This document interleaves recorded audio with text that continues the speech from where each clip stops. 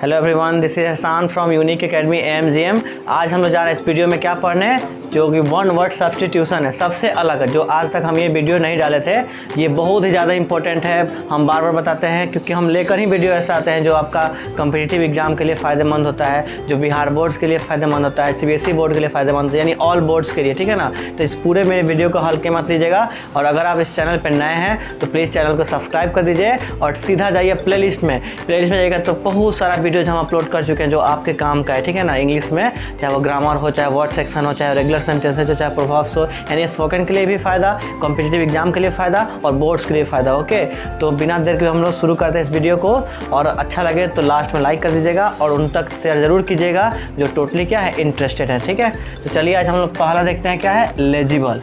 अब समझिए one word substitution होता क्या है। ऐसा तो बहुत लोग जानते होंगे, हम जानते हैं ये बात, लेकिन जो नहीं जानते हैं उनके लिए तो वन वर्ड सब्स्टिट्यूशन होता है कि आप लोग हिंदी में सुने हैं ना कि अनेक शब्दों के लिए एक शब्द।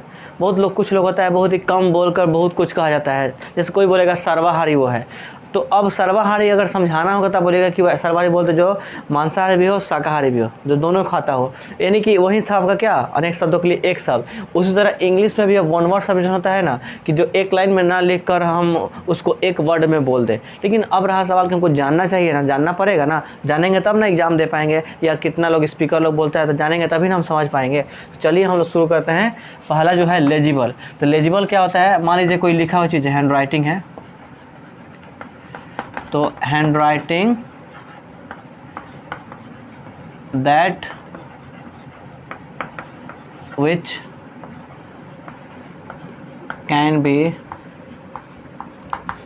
ईजिली रेड, मतलब कि ऐसा हैंड राइटिंग है, ऐसा लिखा हुआ चीज़ जिसको आसानी से हम पढ़ सकते हैं, यानी जो रीडेबल हो, यानी तब हम सब बोल सकते हैं कि वो लेजिबल है। बात समझ रहे हैं ना। यानी कुछ जैसे हम ही लिख रहे हैं, तो अगर हम आपसे पूछें कि जो मेरा हैंड राइटिंग है वो लेजिबल है कि नहीं, तो बोलेगा यस सर, आपका जो हैंड राइटिंग है लेजिबल है, यानी कि जिसको ईजिली रीड किया जा सकता है, पढ़ा जा सकता है, ठीक है ना, उसी को बोलते हैं लेजिबल। नेक्स्ट देखिए इनकॉरिजिबल। तो इसका क्या होता है, मतलब दैट कैन नॉट बी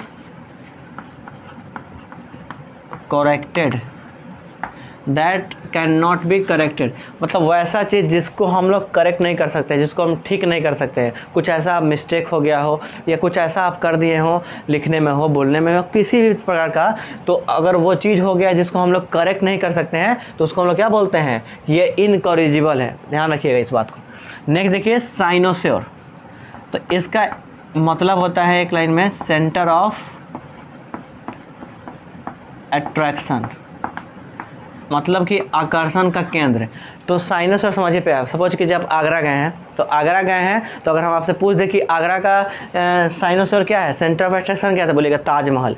कोई जब आप स्कूल में जा रहे हैं तो स्कूल में कोई ऐसा चीज़ जिसके लिए आप बार बार जाना चाह रहे हैं, वो या जिस पे बार बार नज़र पड़ रहा है, तो वो क्या होता है, सेंटर ऑफ अट्रैक्शन होता है। यानी कि उसको हम लोग एक वर्ड बोल सकते हैं कि यह मेरे लिए क्या है, साइनोस्योर है। तो ताजमहल इज ए साइनोस्योर बोल सकते हैं, क्योंकि वो क्या है, सेंटर ऑफ अट्रैक्शन है, कहाँ का, तो ऑफ आगरा का। ध्यान रखिएगा, वही होता है साइनोस्योर। नेक्स्ट है क्वाड्रप्ट। तो क्वाड्रप्ट आप जानते होंगे, जिसको बोलते हैं हम लोग चौपाया। कहने का मतलब है कि एनिमल्स मान लीजिए है, सपोज कीजिए, तो एनिमल्स विच हैव 4 फीट, मतलब कहना होता है फुट मतलब पैर होता है ना, तो उसका प्लूरल हम लोग फिट कर दिए। तो ऐसा जानवर जिसका 4, मतलब चौपाई किसको है, 4 पैर वाला, तो जानवर में 4 पैर है, तो यानी कि वो क्वाड्रप्ट होता है। एनिमल क्या होते हैं लोग, क्वाड्रप्ट होते हैं। नेक्स्ट देखिए बिब्लियोफाइल। तो बिब्लियोफाइल क्या होता है, ये उम्मीद करते हैं बहुत लोग होंगे बिब्लियोफाइल जो मेरे वीडियो देख रहे होंगे, इसलिए यहाँ चैनल तक आप पहुँच गए हैं, ये चैनल को वीडियोस देख रहे हैं, पढ़ रहे हैं, क्योंकि आप क्या है, बिब्लियोफाइल आपका अंश है। लेकिन कहीं ना कहीं हम चैनल को नहीं बोल सकते हैं। इसका मतलब होता है क्या, देखिए ध्यान से, कि लवर ऑफ, लवर समझते हैं ना, लवर सुनकर इधर उधर माइंड नहीं जाना है, लवर पॉजिटिव में भी होता है, यानी कि प्रेमी। क्या प्रेमी, किस मतलब बुक्स का प्रेमी, किताब का प्रेमी, कहने का तो जो पढ़ाई का प्रेमी हो, यानी कि उसको हम बोल सकते हैं बिब्लियोफाइल। उसको जहाँ रहेगा मन करेगा बुक्स खरीदते रहें, पढ़ने का जिसके पास जिज्ञासा ज़्यादा रहता है, ठीक है ना, तो वही होता है क्या, बिब्लियोफाइल। बात समझ गए ना, यानी कि लवर है किसका, बुक्स का, मतलब पढ़ाई पढ़ना, कुछ सीखने के प्रति जिसका ललक होता है, वही क्या होता है, बिब्लियोफाइल होता है। ध्यान रखिए। नेक्स्ट देखिए इनविंसिबल। तो इनविंसिबल क्या होता है, दैट कैन नॉट बी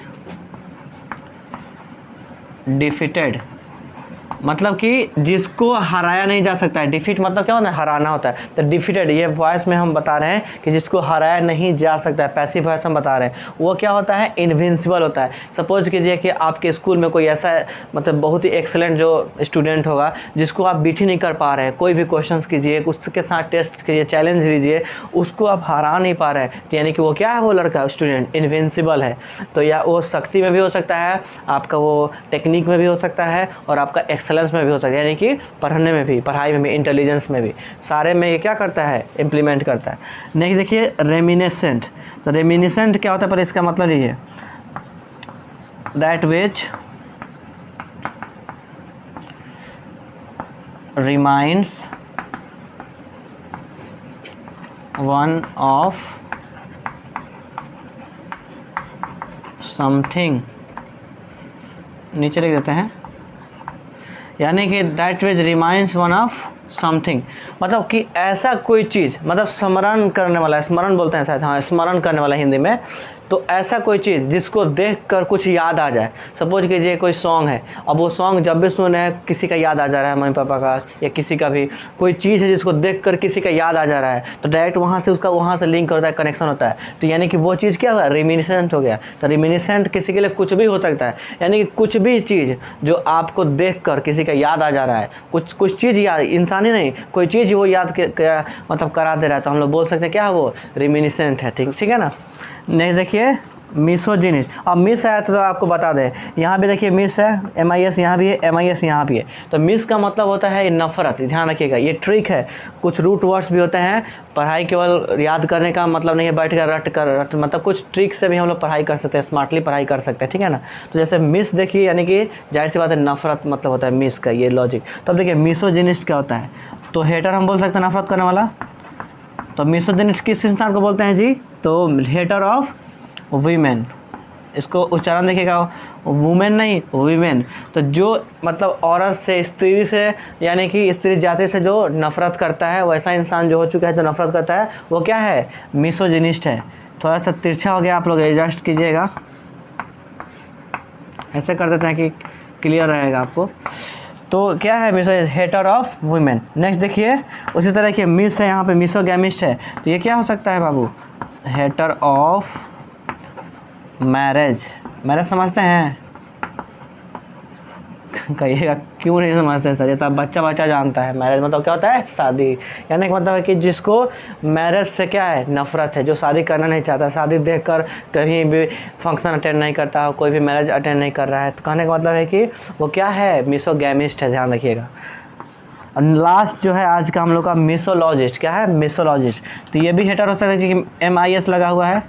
तो हेटर ऑफ कुछ भी सीखने का जिसको नफ़रत है, जैसा है पड़ा हुआ है अपना बेड पे दिन भर, अपना मस्त मौला आदमी है, लेकिन कुछ सीखने का अंदर से इच्छा नहीं है, जिज्ञासा नहीं है, ना ही पढ़ाई के प्रति, ना ही कोई काम के प्रति, तो वहीं क्या होता है, हेटर ऑफ लर्निंग हम लोग बोल सकते हैं।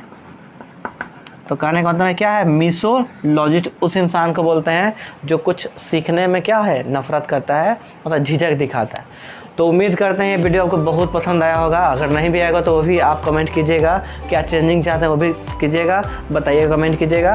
और अगर अच्छा लगा हो तो लाइक कीजिए और इसको शेयर कर दीजिए, ठीक है। हम लोग ऐसे ही वीडियोज़ बनाते रहेंगे, आपके लिए लाते रहेंगे, जो सीखना चाहें आप सीखते रहेंगे।